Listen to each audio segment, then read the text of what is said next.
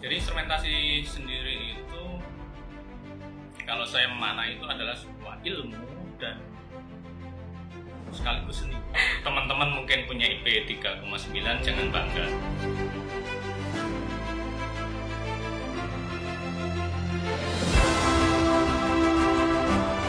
Welcome back to Gesit Podcast. Get a seat and have a talk with me, Ocin. Perkenalkan, saya Ocin. Saya seorang mahasiswi di jurusan Fisika, Fakultas Sains dan Teknik Universitas Nusa Cendana. Di sini saya akan menemani kalian dalam Gesit Podcast. Dan hari ini kita kedatangan tamu. Beliau ini merupakan seorang yang berjiwa milenial dan juga sangat kreatif. Langsung saja please welcome Bapak Ali Warsito. Halo Pak. Halo. Apa kabar Pak? Baik. Oke, tetap semangat ya Pak walaupun di tengah ibadah puasanya. Semangat walaupun lemes semangat. Oke. Sebelumnya terima kasih banyak Bapak sudah menyempatkan diri untuk hadir dan berbincang di Gesit Podcast. Oke. Nah, sebelum kita masuk nih Pak ke perbincangan kita, alangkah baiknya kalau Bapak bisa memperkenalkan diri dulu, pekerjaan sekarang apa Pak? Oke, nama Ali Warsito, pekerjaan dosen. Itu aja. Jadi dosen di jurusan Fisika ya Pak? Ya. Bidang kepeminatan instrumentasi. Ya, instrumentasi. Jadi hari ini kita kedatangan seorang dosen dari jurusan Fisika, bidang kepeminatan instrumentasi. Nah Sobat Gesit, fun fact dari Bapak Ali ialah saat beliau menempuh kuliah jenjang S1, beliau sangat aktif berorganisasi dan juga sangat suka menulis. Sampai sekarang ya Pak menulis? Kalau ada waktu luang. Oke. Mungkin bisa diceritain Pak pengalamannya mengapa sih Pak kita harus berorganisasi dan juga apa manfaat yang Bapak dapatkan dari menulis? Iya baik, organisasi itu sebenarnya kita belajar bersosialisasi ya. Jadi dari situ kita sebagai manusia itu tidak terlepas dari aspek makhluk sosial. Kita bukan hanya seorang mahasiswa yang belajar ilmu, tapi juga harus memahami kondisi dinamika masyarakat. Dari situ kemudian kita harus berorganisasi. Kenapa? Karena di organisasi bisa banyak hal dipelajari. Mulai dari kepemimpinan, kemudian keorganisasian, kemudian interaksi kemasyarakatan, dan lain-lain. Dengan berorganisasi, itu mendewasakan kita. Kemudian manfaat apa sih yang Bapak dapatkan dari menulis? Menulis itu hobi. Jadi kita sebenarnya nggak berpikir jauh untuk manfaatnya, tapi hobi saja. Tapi itu juga sebenarnya menyambung dari filosofi menulis, yaitu kalau kita membaca, kita menggali ilmu, itu lebih bijak kita tuliskan. Kenapa? Dengan menulis itu seperti menyambung dan mengikatkan, melekatkan apa-apa yang sudah kita pelajari supaya jejaknya ada. Karena kalau kita kemudian membaca kembali tulisan kita, itu berarti kita mengingat kembali apa yang kita pernah pelajari. Reminder begitu ya Pak? Ya, begitu. Oke, jadi kalau kuliah itu bukan semata-mata untuk mengejar IP saja ya Pak? Berorganisasi itu penting. IP mungkin nomor 23 sebenarnya. 23. Iya. Jadi kalau teman-teman mungkin punya IP 3,9 jangan bangga. Ya, karena dunia itu dinamikanya dan interaksinya sangat beragam dan kompleks. Tidak bisa disesuaikan dengan IP, ya begitu. Apalagi mahasiswa ya, mahasiswa itu kan sebagai intelektual kampus, generasi bangsa, itu dengan berbekal IP tidak akan dapat apa-apa. Jadi kita harus mengejar sesuatu yang punya nilai jual ya Pak, yang setelah lulus kuliah. Bukan nilai jual ya, karena kesannya kan komersil ya, iya sih, Pak. kesannya kapital gitu. Tapi lebih kepada value, nilai diri, gitu ya. Iya, Jadi kita itu harus membangun karakter kita, misalnya sebagai mahasiswa, karakternya harus dibangun, dikuatkan, kemudian nilai-nilai skill apa yang perlu dipupuk, yang perlu diambil, itu ditekuni, kemudian dibekalkan, maka nanti begitu terjun ke dunia yang sesungguhnya. Jadi dunia kerja atau setelah kuliah itu dunia yang sesungguhnya itu siap dalam hal apa? Siap mental, kemudian siap untuk berinteraksi dengan masyarakat dengan kadar intelektual ya. Intelektual di sini apa artinya? Itu bahwa kita bisa menyesuaikan diri di tengah masyarakat yang memiliki bahasa yang berbeda-beda. bahasa di sini bisa bahasa ekonomi, bisa bahasa sosial, bisa bahasa religiositas dan sebagainya. Kita harus siap. Ya, kalau hanya punya IP kemudian terjun ke masyarakat kaget, kaget ya, tidak siap secara mungkin interaksi sosial, kondisi yang berbeda dan sebagainya. Jadi banyak hal ya Pak yang bisa kita dapatkan waktu kuliah. Banyak hal. Harusnya mahasiswa itu selain mengejar ilmu juga mengejar ilmu skill keorganisasian. Salah satunya. Organisasi itu penting. Penting. Oke, bicara soal ngajar nih Pak, Bapak sudah mengajar di jurusan fisika sudah berapa lama sih Pak? Dari 2005. Ya, 2005 saya datang ke sini. 2004, tepatnya 2004 Desember, tanggal 25 Desember 2004. Kemudian mulai mengajar di semester genap kalau nggak salah ya. Ya, itu di 2005. Berarti 17 tahun. 17 tahun. Ya. Wah. Saya penasaran, selama 17 tahun pernah menjabat sebagai apa saja sih Pak? Di jurusan fisika. Saya lupa ya. Menjabat saya nggak pernah ingat-ingat. Oke. Ya, adalah pernah. Menjabat itu dalam arti tugas tambahan ya. Iya Pak. Karena jabatan kita yang utama sebenarnya mengajar, dosen. Walaupun dalam Tridharma itu ada aspek penelitian, ada pengabdian. Itu setiap dosen melakukan itu. Cuman kalau jabatan itu tugas tambahan. Dalam hal ini berarti sebenarnya itu nggak usah dihitung, nggak usah dibanggakan dan nggak usah diingat-ingat gitu. Selesai. Ya lah Pak.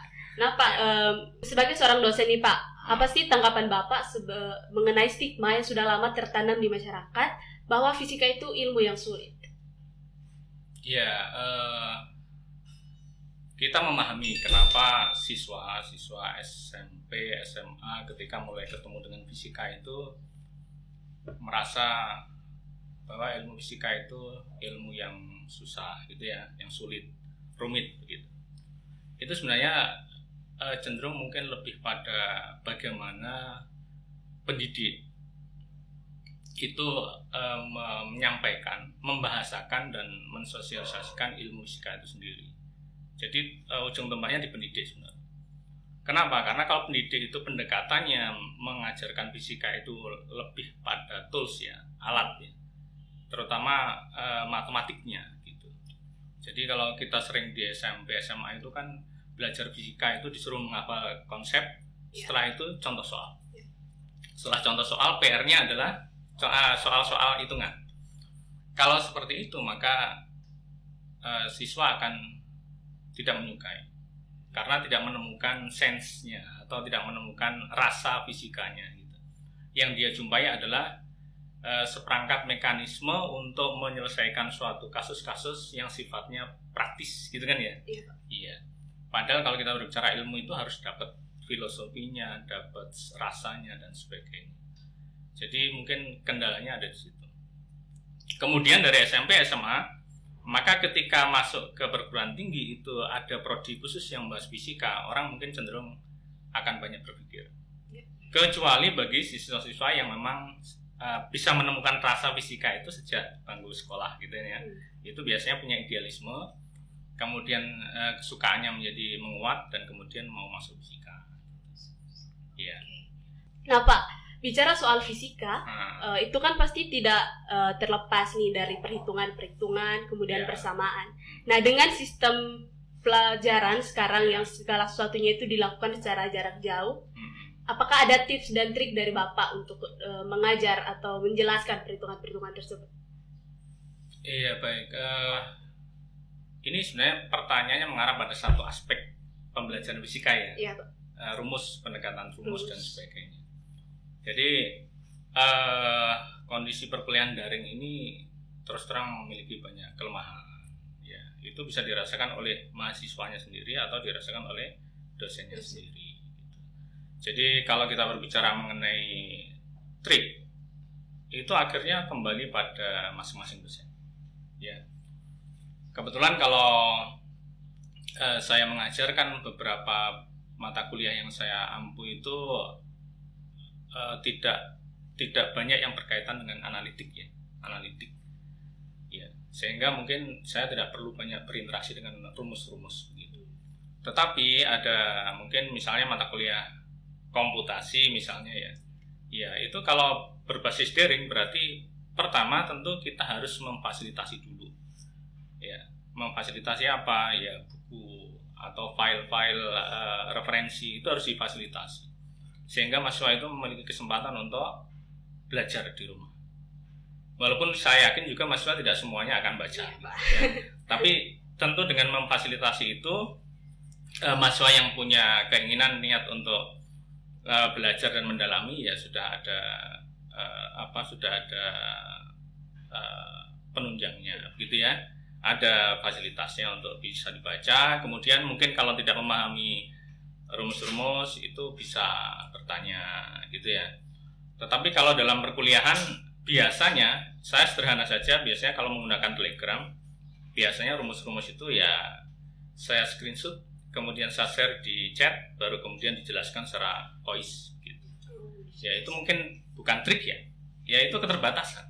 Karena jadi, ada keterbatasan ya Pak. Ya, jadi bukan trik gitu ya. Trik itu kan tricky itu seni untuk bisa mencapai tujuan dengan cara yang singkat. Tapi kalau dalam chat itu kan nggak singkat. Nggak singkat. Iya, jadi nggak ada triknya sebenarnya. Iya sih Pak. Ya. Kalau misalnya kuliahnya dilaksanakan secara offline nih, ya. Pak punya trik tersendiri begitu untuk mengajar fisika? Ya, kalau offline itu kan lebih interaktif ya. Interaktif ya. Ya, interaktif di sini artinya bahwa antara dosen dengan mahasiswa itu langsung bisa merasakan efek psikologisnya gitu. Kalau mahasiswa misalnya tidak memahami kan biasanya agak melongo begitu ya. Ya atau mungkin pandangannya tidak kosong gitu. Ya, kosong, tidak fokus begitu ya. Tapi kalau dalam kuliah daring itu kan kita tidak bisa merasakan. Apalagi dengan keterbatasan paket data, tentu mahasiswa menghematnya dengan cara menghilangkan wajah, mematikan kamera dan sebagainya. Itu menjadi pembatas yang kita tidak bisa merasakan sense-nya itu. Gitu. Jadi kalau di perkuliahan offline itu kita bisa melihat mana yang punya semangat itu kelihatan dari matanya yang berbinar itu kelihatan itu semangat gitu ya. Kelihatan punya antusiasme gitu ya. Tapi kalau yang tidak semangat gitu kita lihat misalnya kita amati dia menunduk, itu berarti mungkin tidak percaya diri dan sebagainya. Ya, jadi begitu. Biasanya yang bisa lakukan di kuliah offline itu ya tentu tetap online atau offline itu referensi harus kita bagikan. Apa yang kita punya terkait dengan subjek atau mata kuliah itu harus kita berikan semua. Maka itu memberikan fasilitas mahasiswa supaya belajar. Ya, tergantung niatnya atau inisiatif untuk belajar atau tidak. Setelah itu baru kita setiap topik yang kita bahas itu ya kita arahkan dengan substansinya. Dan mungkin kebiasaan saya biasanya menggunakan itu ya untuk mengecek itu ya. Iya. Ya bertanya atau ditanya. Itu mungkin paling disukai dan dibenci juga gitu. Ya. Bagi yang tidak fokus pasti dibenci lah Pak. Bagi yang sudah belajar senang bertanya, menyiapkan pertanyaan. Tapi bagi yang belum pernah belajar itu tentu menjadi beban. Karena membuat sebuah pertanyaan itu tentu harus membaca, ya enggak? Iya. Jadi kalau itu dikatakan triks dalam proses pembelajaran, ya mungkin konsep bertanya atau ditanya itu salah satu triksnya. Salah satu trik sehingga mahasiswa sebelum kuliah itu mau tidak mau harus membaca. Ya paling tidak 5 menit nanti bisa timbul ada pertanyaan sudah cukup. Misalnya ya. Setidaknya siapkan pertanyaan ya Pak sebelum masuk begitu. Iya. Karena ilmu itu akan berkembang, ilmu itu akan muncul kalau ada pertama masalah. Ya kan? Kalau nggak ada masalah kan nggak akan ada proses berpikir. Dan masalah itu biasanya diwakili oleh kata tanya. Gitu. Baik. Sekarang kita masuk nih Pak di kepeminatan instrumentasi. Mungkin Bapak bisa menjelaskan atau menggambarkan fisika instrumentasi secara garis besar itu seperti apa sih Pak? Iya, garis besar ya. Iya Pak. Ya, garis besarnya fisika instrumentasi itu ya kita ambil instrumentasi fisikanya ya. Iya, Pak. Jadi instrumentasi sendiri itu kalau saya memaknai itu adalah sebuah ilmu dan sekaligus seni. Ya, sekaligus ilmu dan seni. mengelola sistem piranti, ya, apakah itu pada level pengukuran, akuisisi data, atau sampai pada proses kontrol, gitu. Dalam hal ini berarti yang diukur atau yang dikontrol adalah berkaitan dengan entitas fisis, jadi besaran-besaran fisis, gitu. Ya, jadi makanya kalau kita berbicara instrumentasi itu adalah perannya menjadi sebuah ilmu applied physics, ya. Jadi fisika terapan, ya, fisika terapan, di mana di situ instrumentasi sangat berperan di dalam memahami fenomena fisis, gitu. Jadi itu instrumentasi. Kemudian kalau berbicara rentang luasan instrumentasi itu seluas ilmu fisika sendiri. Seluas ilmu Iya, fisika seluas itu, ilmu ya. fisika sendiri. Karena kalau kita berbicara ilmu fisika itu mungkin yang sudah dipahami adalah konsep materi dan energi beserta interaksi keduanya, ya kan? Iya, Pak. Iya, interaksi keduanya dalam ruang dan waktu.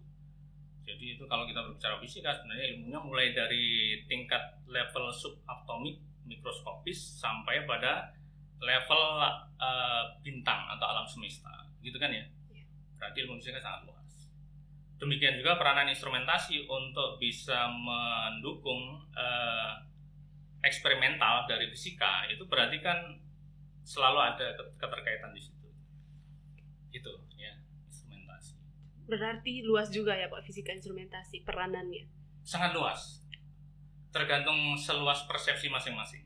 Oke, tergantung persepsi Iya, masing-masing. kalau saya melihatnya luas sekali. Gitu.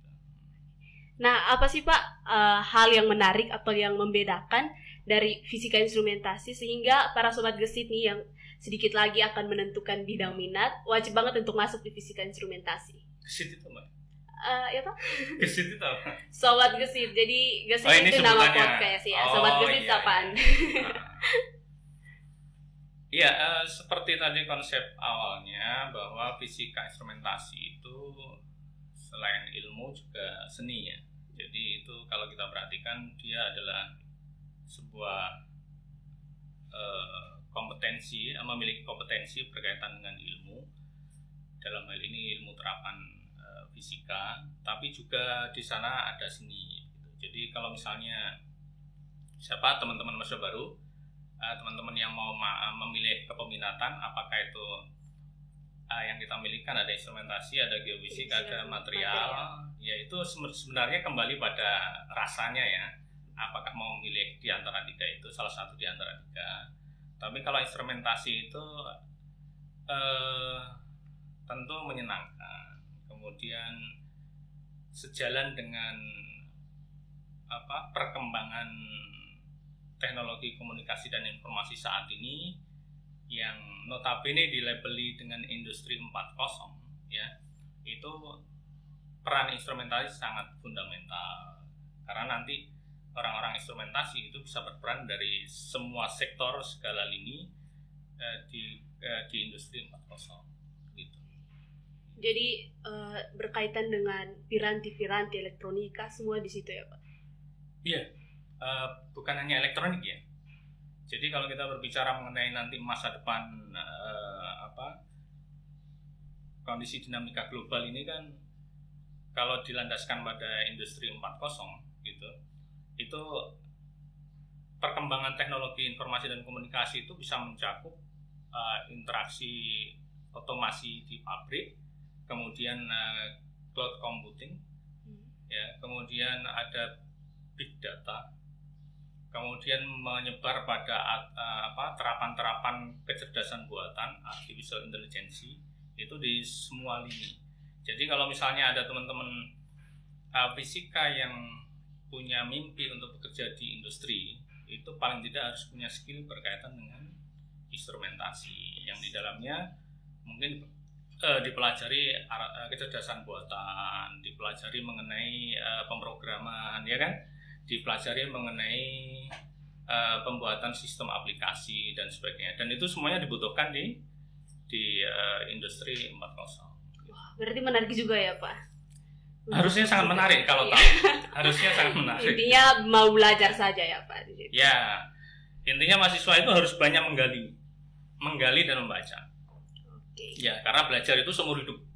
Jadi jangan merasa bahwa saya hanya belajar untuk menyelesaikan skripsi, setelah itu selesai. Nah, ya, jadi belajar itu seumur hidup. Bahkan seumur saya itu selalu merasa kurang. Jadi ya, harus terus belajar. Harus selalu merasa kurang dan terus belajar ya Pak. Iya, tidak pernah puas lah dengan Oke. ilmu gitu. Nah, Bapak kan sudah lama nih di jurusan fisika.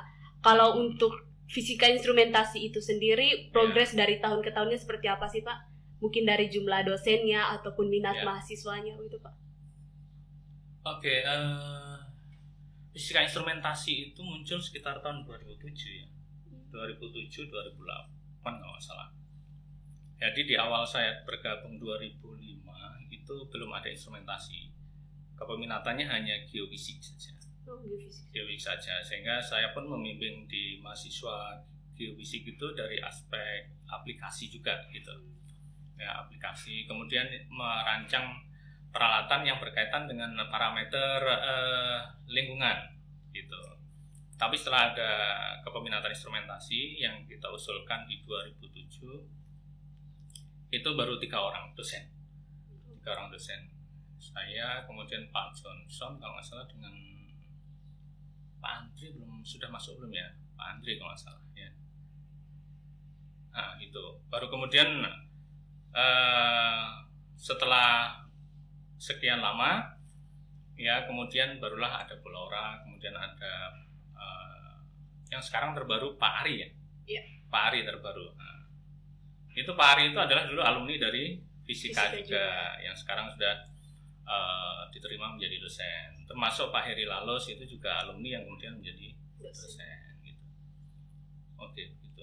Kalau untuk mahasiswanya Pak, dari tahun ke tahun seperti apa sih Pak? Instrumentasi mungkin cenderung stabil ya, karena memang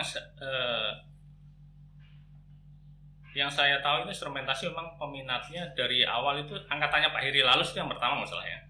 Pak Heri Lalos, kemudian ada itu Konstan, kemudian ada Invianto, yang semuanya jadi dosen sekarang gitu. Jadi angkatan pertama itu mereka itu yang sebagian besar menjadi dosen di SOE, kemudian ada di SOE ya, ada 2 itu.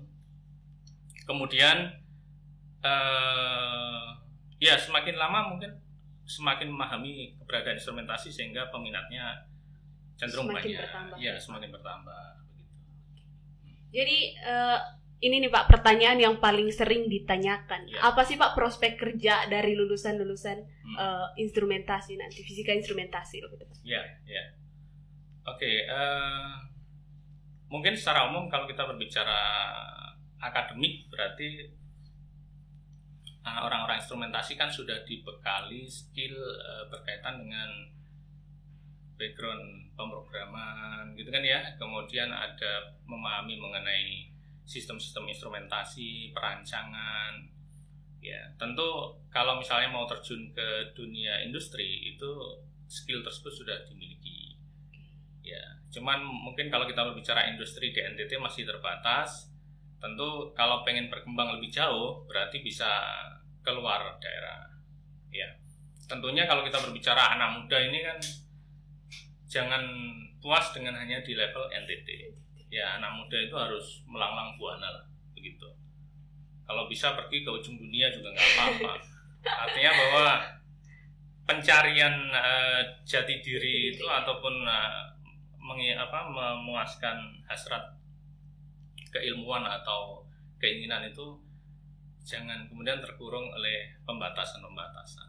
Kalau menurut saya ya, jadi jangan membatasi diri. Kalau anak muda itu jangan membatasi diri, harus berani mengeksplor kemanapun gitu.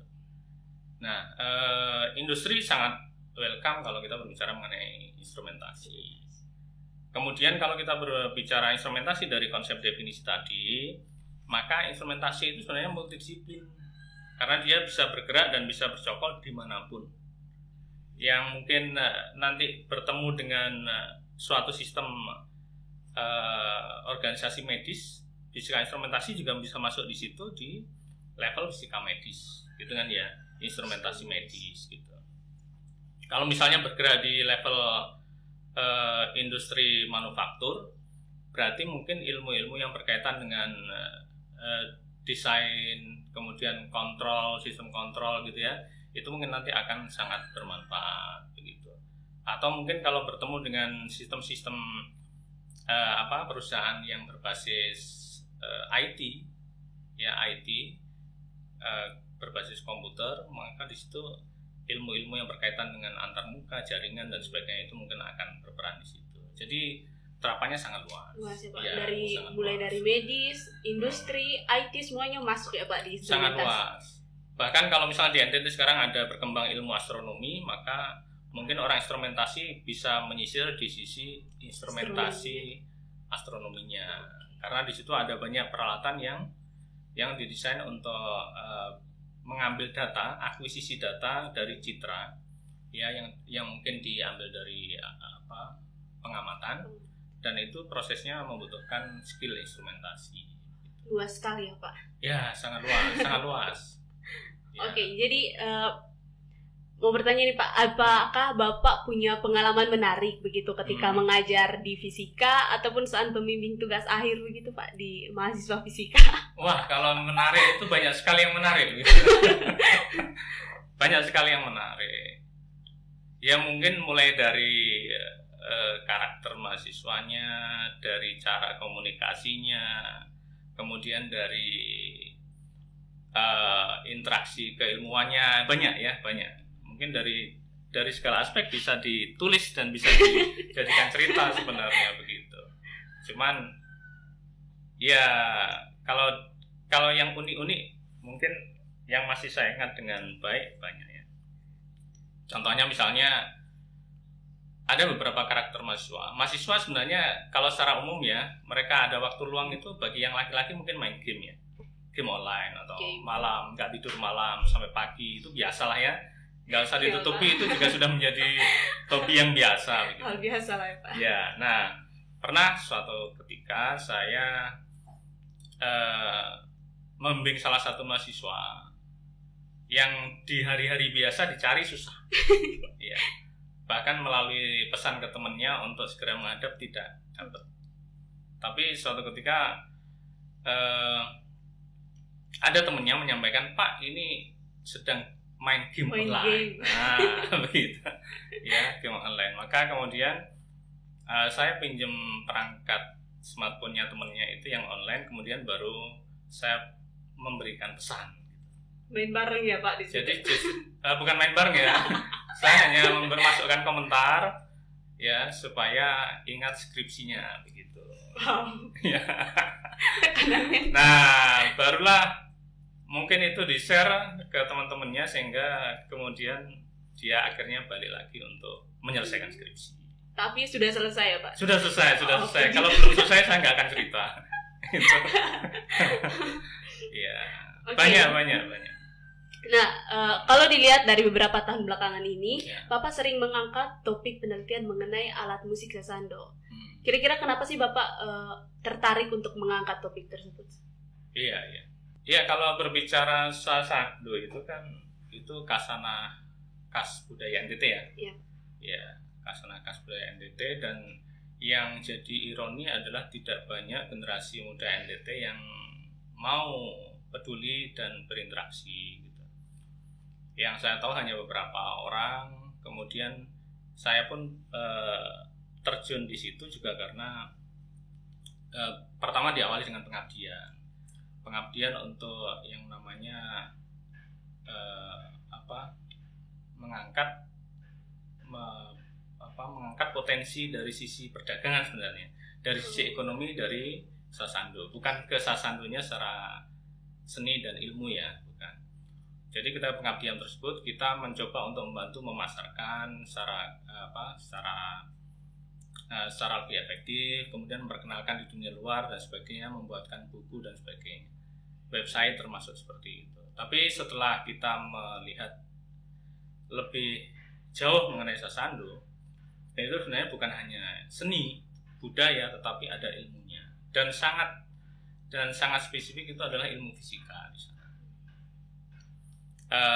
diversifikasi Sasando yang mulai dulu produknya itu tradisional, kemudian sudah berkembang menjadi sebuah produk alat musik elektrik. Itu ternyata di balik itu ada cerita uniknya, yaitu yang melakukan proses itu guru fisika. Guru fisika Guru fisika Pak Edon ya. Iya, Pak Edon yang tinggal di Kolhua. Jadi guru fisika ini sangat menggugah kita ya, orang fisika yang bergerak di bidang fisika, kenapa tidak meneruskan gitu, ya. Secara teknis ilmu elektrifikasi dari sinyal analog menjadi digital itu sudah dimiliki oleh keturunan beliau. Jadi sudah diproduksi sendiri, spoolnya dan sebagainya. Itu sebuah progres yang baik untuk NTT sebenarnya ya. Dan kita sebagai akademisi juga paling tidak ya mensupport lah dengan cara kita, gitu ya. Sehingga kita juga membantu mahasiswa yang punya minat di Sasando, ya kita support juga gitu. Karena itu menjadi sebuah kontribusi positif bagi NTT dari aspek budaya dan kelestariannya, dan juga mungkin nanti bisa berkembang lebih jauh mengikuti perkembangan teknologi komunikasi dan informasi. Menarik juga ya Pak, fisika bisa sampai ke ranah alat musik begitu ya Pak? Iya, fisika itu seni. Jadi jangan menganggap fisika itu ilmu yang pasti dan kaku ya. Membosankan ya. Ya, selama ini juga saya selalu mengatakan bahwa fisika itu seni. Kalau bisa melihat keteraturan dari kompleksitas ilmu fisika itu seni. Ya, gelombang harmoni itu seni. Aurora itu seni, ya kan? Jadi semua apa yang bisa kita amati, fenomena fisis itu seni dan itu bisa dirasakan.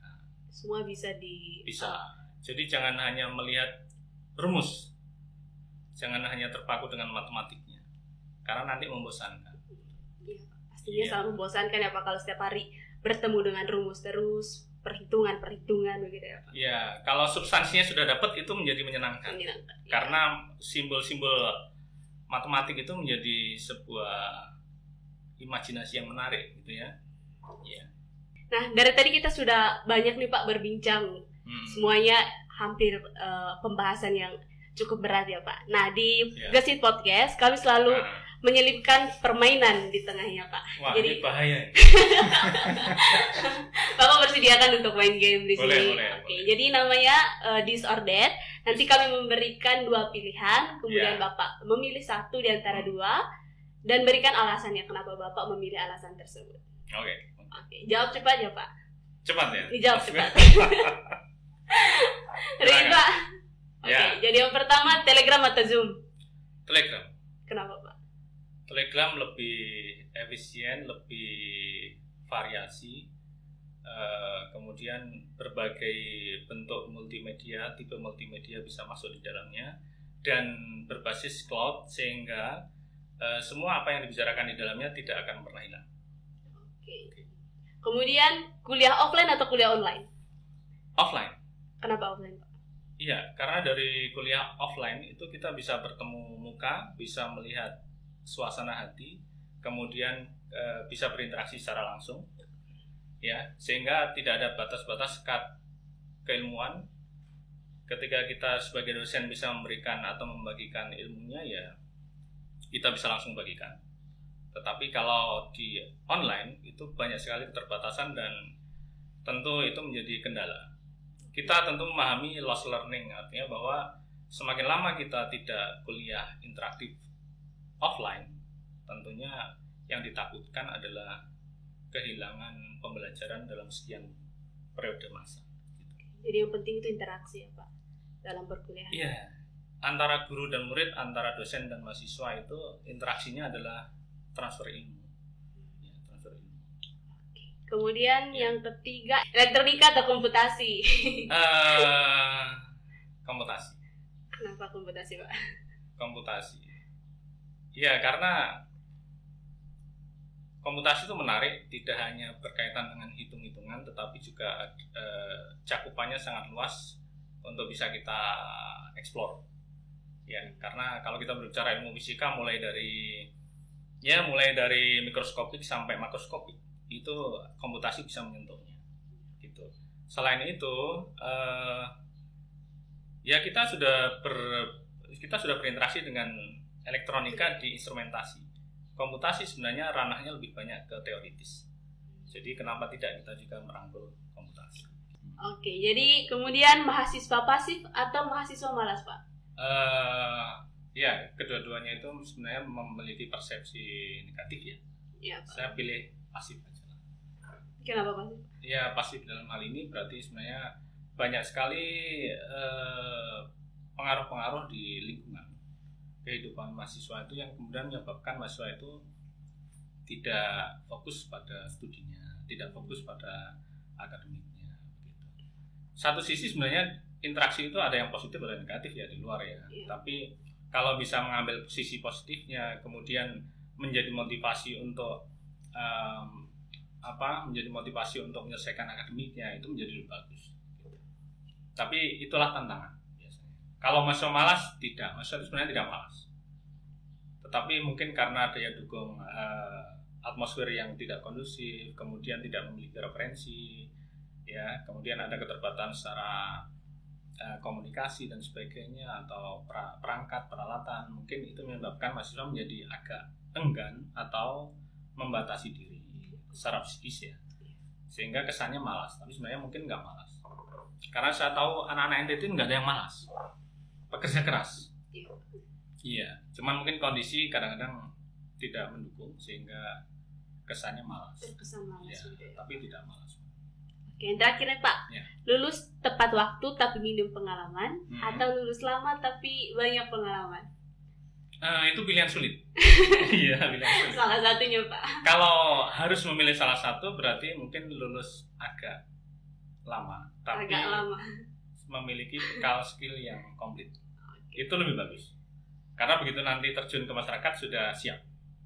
Ya kan? Daripada nanti lulus cepat, IP tinggi, tapi begitu keluar baru mencari kursus atau skill-skill yang dibutuhkan di tengah masyarakat. Itu satu sisi beban bagi diri sendiri dan orang tua.